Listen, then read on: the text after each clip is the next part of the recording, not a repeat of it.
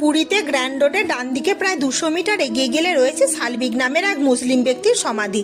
জগন্নাথ দেবের রথযাত্রা চলাকালীন যখন জগন্নাথ দেবের রথ এখান থেকে বের হয় তখন সেখানে থামানো হয়। শালবিক ছিলেন প্রভু জগন্নাথ দেবের ভক্ত, আর তার পিতা ছিলেন মুসলিম, মাতা ছিলেন হিন্দু।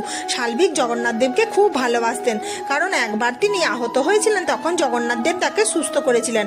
মুসলিম হওয়ার কারণে তিনি জগন্নাথ মন্দিরের ভিতরে প্রবেশ করতে পারতেন না। একবার রথযাত্রার সময় শালবিক পুরীতে ছিলেন না, আর জগন্নাথ দেবের রথযাত্রার উদ্দেশ্যে মন্দিরের বাইরে আসতে চলেছিলেন। তাই শালবিক প্রাণের চিন্তা না করে দিনরাত ছুটে পুরী পৌঁছালেন যাতে প্রভুর দর্শন পান। কিন্তু শালবিকের আসতে সময় লাগছিল, তাই জগন্নাথ দেব রথ রাস্তা থামিয়ে দিলেন। অনেক চেষ্টা করার পরও রথ নিজের জায়গা থেকে আসছিল না।